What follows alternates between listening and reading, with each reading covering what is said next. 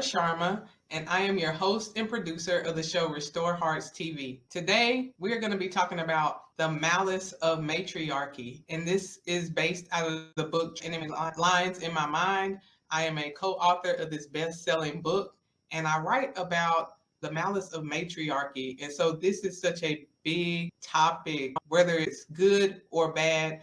There's so many different experiences that we've had with our mothers and our mother figures. And in Trapped Behind Enemy Lines in My Mind, I talk about how when we don't heal emotionally as women, as mothers, we often translate those behaviors of yelling, sarcasm, belittling, just not healing, some of those negative behaviors that we say we never want to experience or never want to pass on to our children.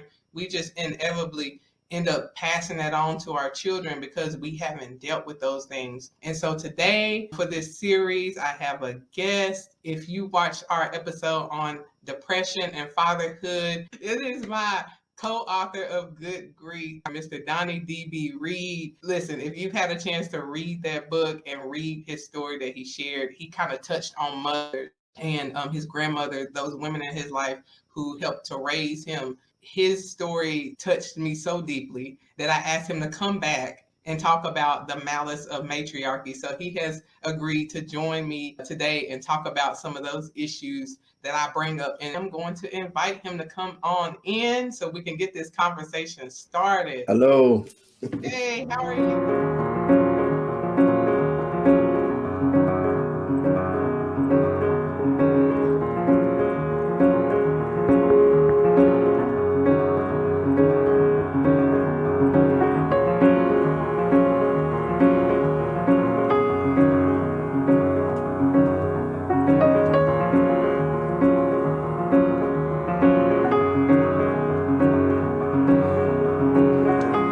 Get this conversation started. Hello.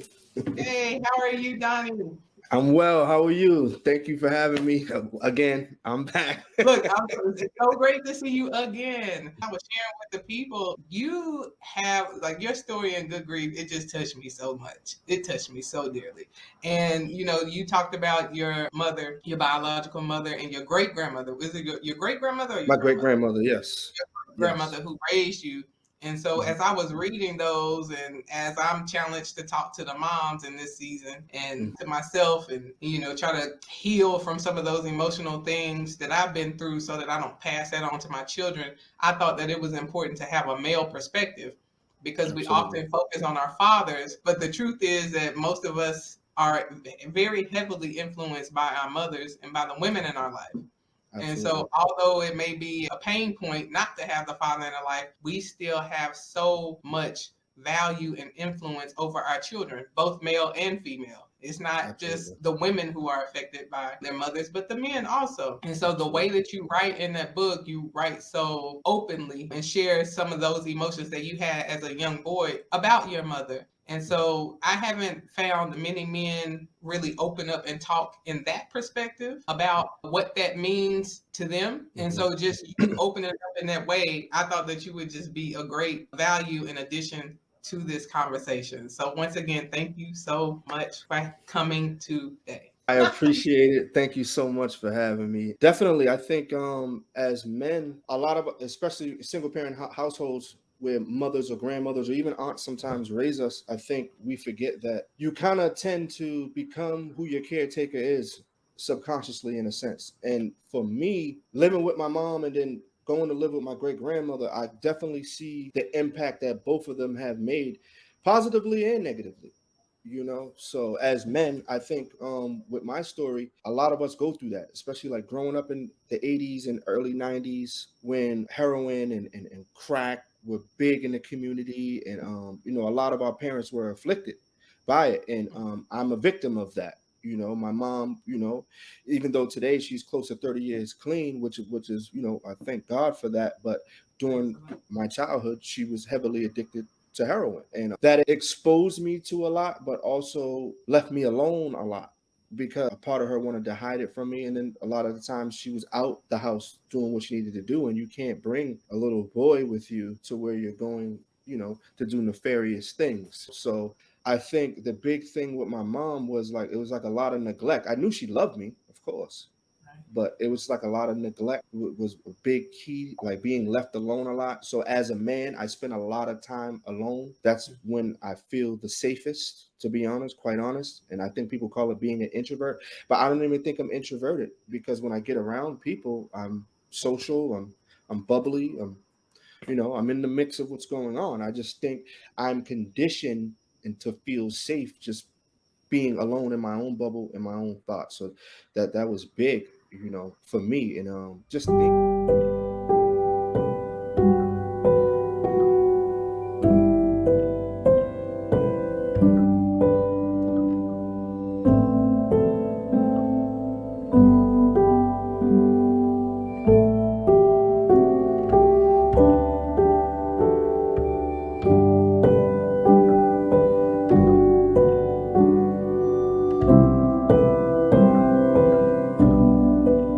for me. And just thinking about those times, it kind of bothers me to this day, because there'll be days that I'll just I'm a self-assessment type of person. So I like to reflect back on my life. I believe that's key for any human being. Like, you got to know where you come from to understand where you're trying to go. And when I think back to those days about that little boy, like I feel, I don't feel bad for him, but it's like I'm sympathetic for him, because we all, as men, I don't think we realize is there's a little boy still in us. And that little boy comes out in certain ways in our adulthood. And it's usually through relationships with other people. Wow, absolutely. Thank you for sharing that. I mean, because it brings up this big point that I, as a woman, experienced. I used to say this jokingly, but I was very serious, and that I did not realize that men have feelings until I had a son. Because you don't see and that's the response that I often get. It's like, what? It's like, yeah. Men, women, everybody laughs, but I am so serious because Mhm. the only emotion that it seemed that men were able to really have would be either angry or happy. And Mhm. then if somebody died, you could cry. Other than Mhm. that, tuck your chin in, put your Mhm. shoulders up, and you better keep going. Like, keep going, put your head down, keep going. And Absolutely. so I honestly did not understand that men had a range of feelings until I had my son. So having my son and seeing him experience his different emotions made me turn my head and look at my husband like, well, it gave me sympathy for the men in Mm. my life, for my husband, because he's the closest male to me now. And it had me looking at my dad and it me to my uncles and then my cousins, some of the other males that I know in my life. And I'm like, wow, how Mhm. do you go from this happy, joyful little boy with this range of emotions to stone face? Mhm. If I had to sit in front of you and guess what you're thinking, I may not ever know what you're thinking because Absolutely. it's come to the point where those emotions are so stuffed down that I have no idea who I'm living with. I have no idea who I'm doing life with. I just see Mhm. the man who, especially if the man is more stoic and put together and will go to work, is Mhm. responsible. You would never know that that man is ticking inside. Mhm. Having a son really opened me up to that. Absolutely.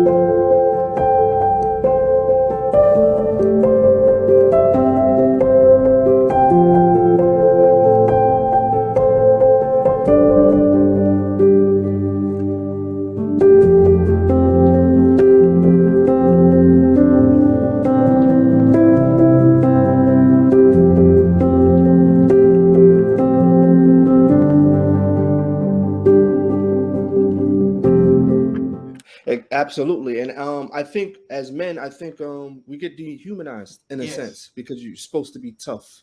You're supposed to not cry.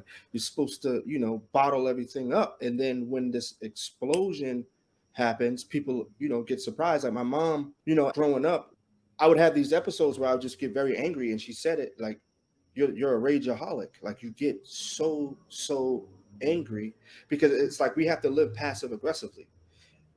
So it's like, if I'm in the house and I'm not being treated properly, or just not treated at all because I'm alone, and then when I get outside around other people, you don't know how to manage emotions, because you're taking things out that might have happened in the home out on people outside, and it could be like the littlest thing. So as men, we have to stop. I'm not going to even just pigeonhole it for women or just society in general, in all cultures, need to stop dehumanizing their sons, because we definitely do have feelings. Definitely. And, with my great grandmother, her whole thing was, she was born in 1917 in Virginia. So the era in which she grew up in, it was tough. Right. And I think the way she was raised, because there was no crying to her. And I remember one day she said to me, she said, I don't cry to human beings. I cry to God. I don't allow human beings to see me in such a distraught state. And she had always had this Wow. thing, absolutely. And she always had this saying where nobody cares about how you feel, so you shouldn't either. The world's going to keep going. And I kind of like lived my life to that. But people will tell you I'm sensitive, but at the same time, it's like I'm numb to a lot of things, because I've been living with her. I've been conditioned to, like, yo, when life happens, it happens. You catch it and you keep going, because nobody cares. Nobody wants to hear that. You know what I mean? And she was the head of the family. So if you come around my family with all like these seemingly cold people, Mm, but we're really not, mm, because it started at the top. So right. when it was funny that you said you can go to a funeral and cry. Not with Nanny. Wow. We went when she passed away. It was the most heartbreaking thing, right? Mm, There was one person crying. It was my mother, and my aunt, which was my great grandmother's daughter, mm, held my mother's hand and said, "You need to pull it together, because wow. Nanny wouldn't want nobody crying for her. That's not what we do."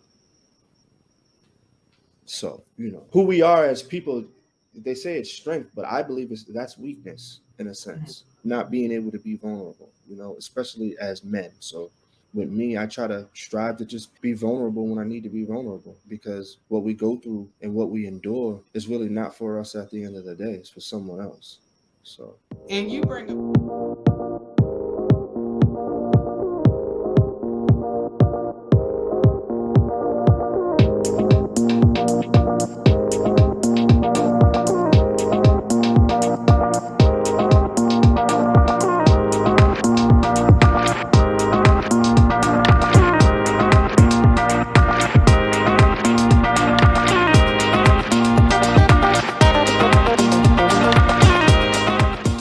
And you bring up this great point because it ties right into the malice of matriarchy. Like, if there's anybody who is confused on whether or not this topic is not, it don't go together. I'm telling mm, you, it goes together because you said that with your great grandmother being the head of the family, being the matriarch mhm, of the family, we got a definition for you. Matriarchy is a family, society, community, or state governed by women.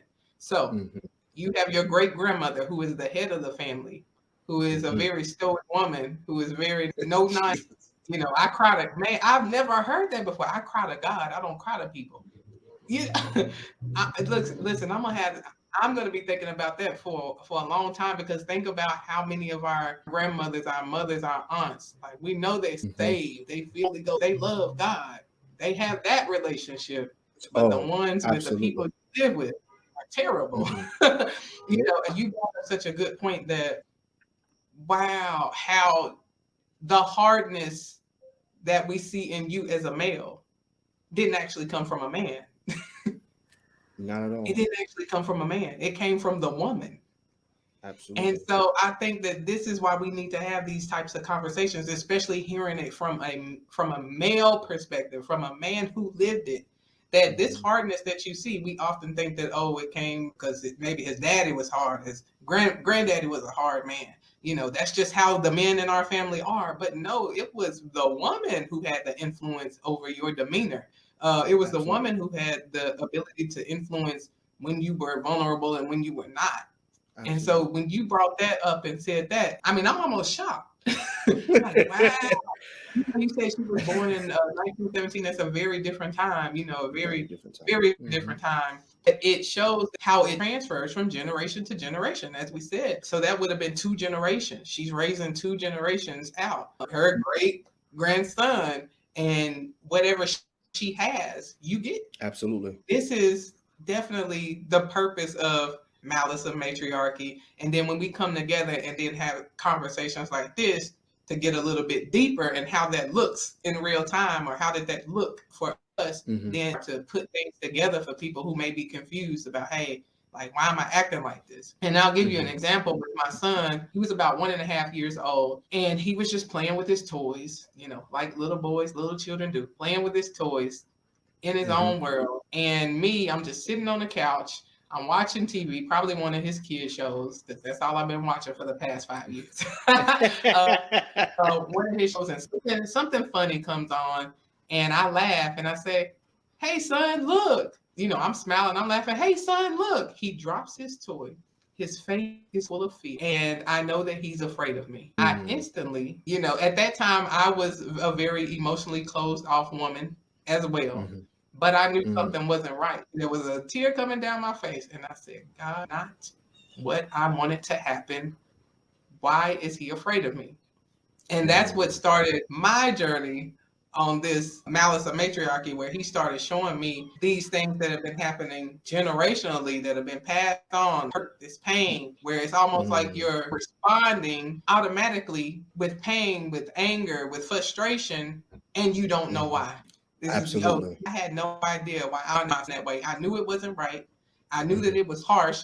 I knew that it was anger and aggression there, but I love my son deep down. The stuff that won't come, as you said, on the exterior. All right, my exterior is showing something that's not really what I want. Mm-hmm. How Absolutely. do I get to that part that seems to be so deep in me that it can't come out and Mm-hmm. manifest as love to my son? Mm-hmm. Like, what is going on? So that's how my perspective from a woman, a mother of a son now. Mm-hmm. It's just, I know that our behaviors, like I said, we can't justify that behavior. Screaming at our Yeah. sons, sarcasm, belittling, all of these things that we may participate in, but then to also know that this is really not how I want to treat my son. God, what is wrong with me?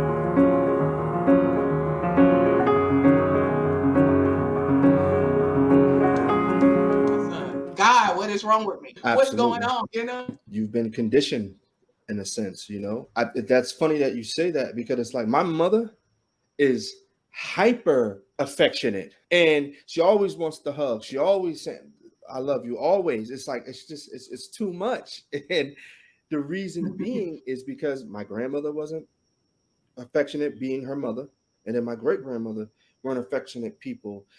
Their love came through what it is that they did: sacrifice, commitment, trying to raise you, guide you, teach you. It didn't come through "I love yous" and hugs. Like my great grandmom, I can tell you probably she might have hugged me in the 7 to 8 years I lived with her. She might have hugged me twice. She never said "I love you." I don't, and if she did, I don't remember. But I Mm, knew she loved me so much. And you would be like, "How?" Because she got up every day at 5. She had to be to work at 7 o'clock. I got to get to school. She's up at 5 in the morning. Breakfast is cooked. Your clothes are ready. Like the things that she did. I'm on my way to work. I'm gonna drop you off at the school to make sure you're there safely. Have a good day. When you get home, if you're hungry, this is in the refrigerator set up for you. So when I get home, I could just cook for dinner. Do your homework.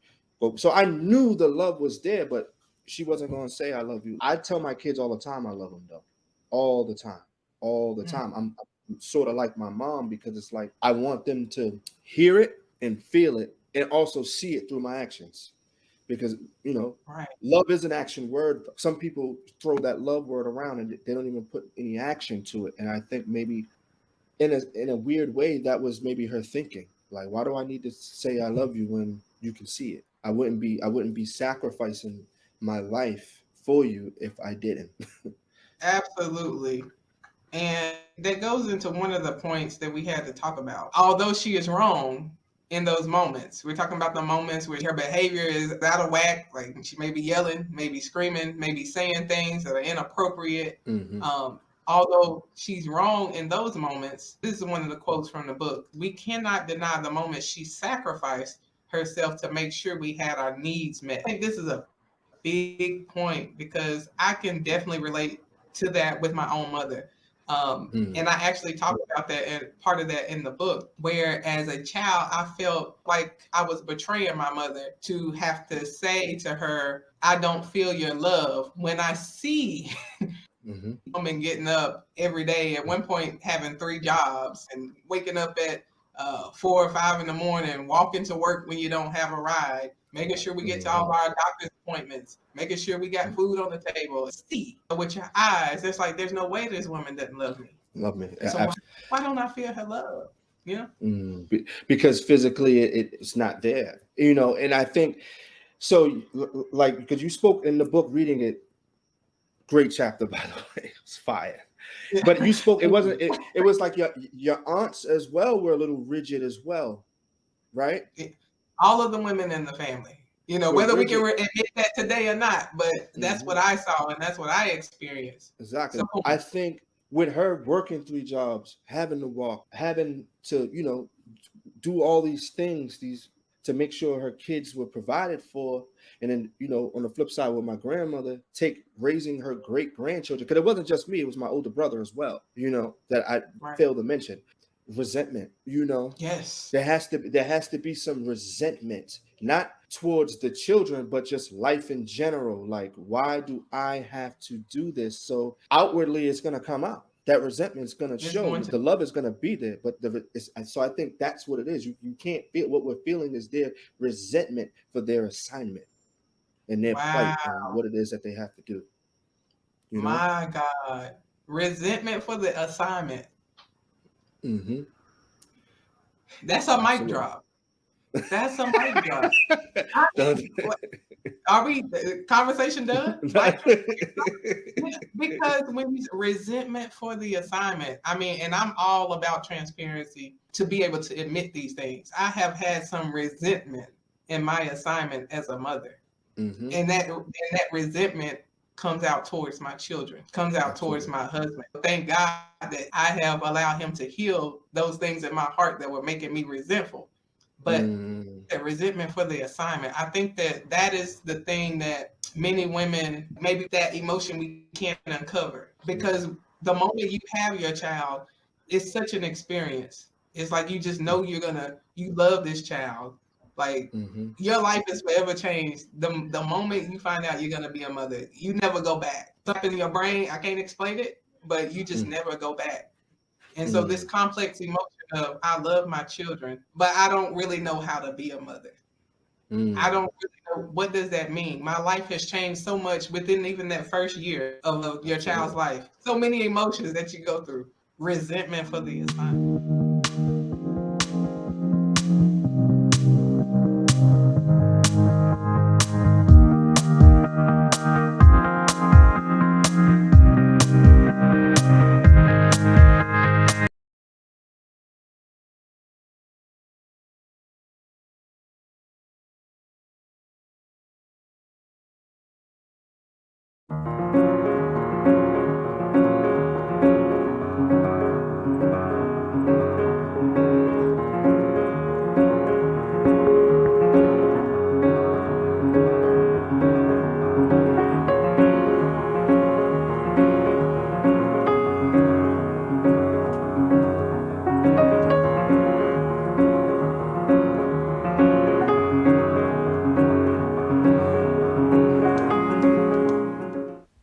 Thank you for watching this episode of Restore Hearts TV. Life is a journey, and there are many moments. Some moments are smooth. You flow through them effortlessly. There are other moments when life's challenges interrupt your momentum, yet you find the strength to get back on track, to keep moving.